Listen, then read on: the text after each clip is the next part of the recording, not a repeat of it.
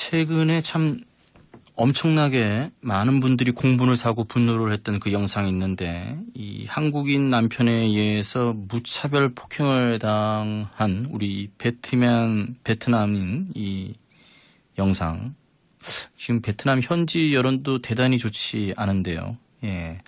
관련해서 오늘 얘기를 좀 나눠보겠습니다. 김성애 한국다문화센터 대표님 전화 연결되어 있습니다. 대표님 나와 계시죠?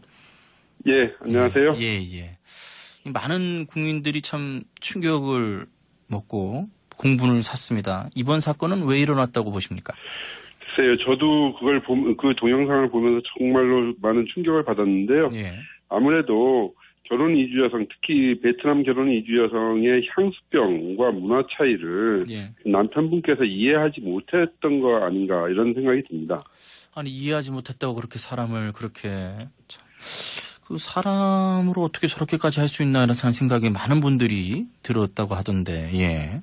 예, 글쎄요. 그 어린아이 앞에서 특히 여성을 30년 계속해서 3시간 동안 폭행을 했다는 것이 정말 저로서도 이해가 되지 않습니다. 예.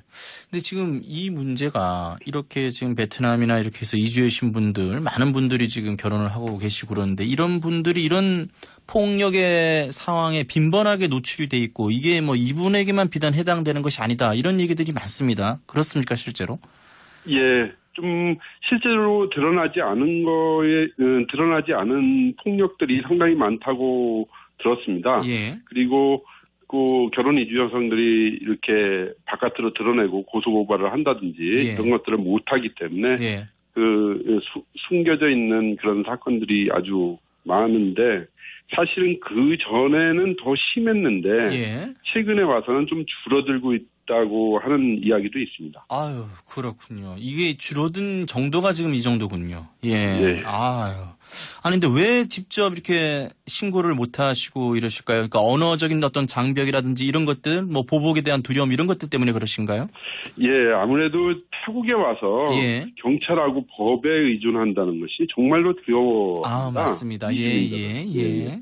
그것 때문에 감히 자기 편이 있을 적에 이렇게 누구한테 하소연을 하지 자기 편이 없는 타국이라고 생각하면 아무래도 위축되게 돼 있습니다. 예. 그래서 속수무책으로 계속 그 폭력을 참으면서 이렇게 살아가시는군요. 정말 부끄럽습니다. 이분들에게.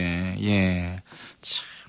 사실 베트남 요번에 이번 사례가 이제 베트남인이라서 베트남 사례를 가지고 얘기를 좀 더 드릴 수밖에 없는데 뭐 베트남과 우리나라는 뭐 인연도 참 좋은 쪽으로도 많이 인연이 돼 있고 뭐 안 좋은 기억도 있습니다만 문제 이 좋은 쪽으로 인연이 많이 돼 있고 또 굉장히 우리나라 남자들에 대해서 베트남 여성분들이 호감을 많이 갖고 있다면서요. 예, 최근에는 또 특히 한류 열풍도 있고 박항서 감독의 역할도 박항서 있고 감독. 예. 상당히 한국에 대해서 좋은 호감을 갖고 있습니다. 특히 한국 남성에 대해서 책임감이 강하고 다정다감하다.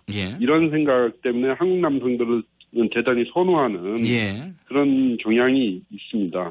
반면에 또 베트남 쪽에도 한국 남성에 대해서 가부장적이고 폭력적이다 라고 하면서 싫어하는 측면도 없지 않아 있었습니다.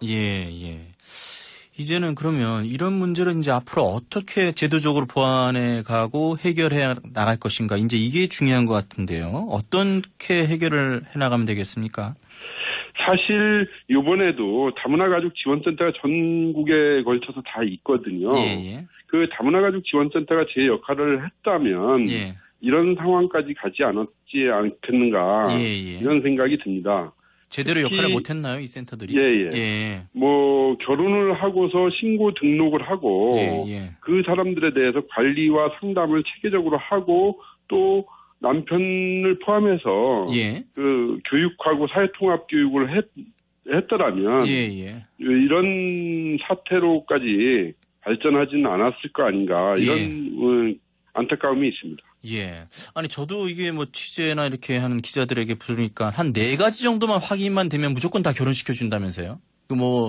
이 남성분의 어떤 신분이나 이런 거에 대해서 4가지 정도 뭐 요 정도만 체크가 되고 확인이 되면 이 베트남 여성과 결혼을 이렇게 뭐 허락해주는 이런 아주 허술한 제도라고 하던데. 예. 네, 그 전보다는 상당히 국제결혼 제도에서 좀 강화되긴 했는데요. 또 남성에 대해서도 교육 의무를 부과하고 있고. 그런데 그 이후 결혼 이후에 대한 관리가 부실한 것 같습니다. 예. 그 관리는 누가 해야 되죠? 주로 지금 현재는 전국에 걸쳐 있는 다문화 가족 지원센터, 여가부 산하의 다문화 가족 지원센터가 담당하고 있는데요. 또 거기에 근무하는 분들이 방문교사, 방문 상담을 해 나가는데 그 다문화 가족 지원센터에서 보다 열성적이고 열정적으로 임하고 세밀하게 임했다면 이런 부분들이 좀 방지될 수 있었지 않는가 이런 부분 생각을 합니다. 아, 그러면 여가부 산하의 그 다문화 센터는 왜 이번에 이렇게 좀 미온적으로 제대로 대처를 못하고 역할을 못했을까요? 다문화 가족 지원센터가 전국에 한 215군데가 있는데요. 그렇게 많습니까? 그러니까 양적인 확대를 했을 뿐이지. 실제적으로 거기에 근무하는 사람들이나 아니면 방문교사들 이런 분들에 대한 이런 분들이 사명감을 갖고 물론 박봉이긴 합니다. 그분들이 상당히 박봉이긴 한데 열성을 가지고 적극적으로 해나갈 수 있다면 해나가는 그런 마음이 좀 부족했지 않는가 이런 생각이 듭니다. 특히 여가부에서 215군데를 직접 관할하는 것이 아니라 지자체에서 위탁을 주고서 관장하기 때문에 이 위탁을 주고서 관장을 하면서 실제적으로 관리 감독 부분들이 미흡한 측면들이 없지 않아 지자체에 있습니다. 위탁을 하는군요. 여가부에서 바로 관리하는 것이 아니라 그럴 수 있겠네요. 그럼 지금 지적하신 그 다문화센터하고 지금 대표님이 계신 사단법인 한국 다문화센터하고는 어떤 차이가 있습니까? 저희 한국 다문화센터는 그냥 일반 시민단체고요. 시민단체고, 지역에 있는 다문화 가족 지원센터는 다문화 가족 지원센터, 여가부가 지자체의 예산을 지원해갖고 지자체에서 그 지역의 종교단체나 아니면 학교 뭐 이런 데다가 위탁을 주고서 관리하는 시스템입니다. 그렇군요. 그런 차이점이 있군요. 그럼 대표님이 생각하시기에 이 문제의 어떤 근본적인 해결책이라거나 대책 같은 거 생각한 게 있으면 끝으로 말씀해 주시죠. 제가 보기엔 다문화 가족 지원센터의 역할을 좀 더 강화하고 거기에 근무하는 분들의 사명감 의식을 좀 더 강화하는 것이 1차적으로 중요합니다.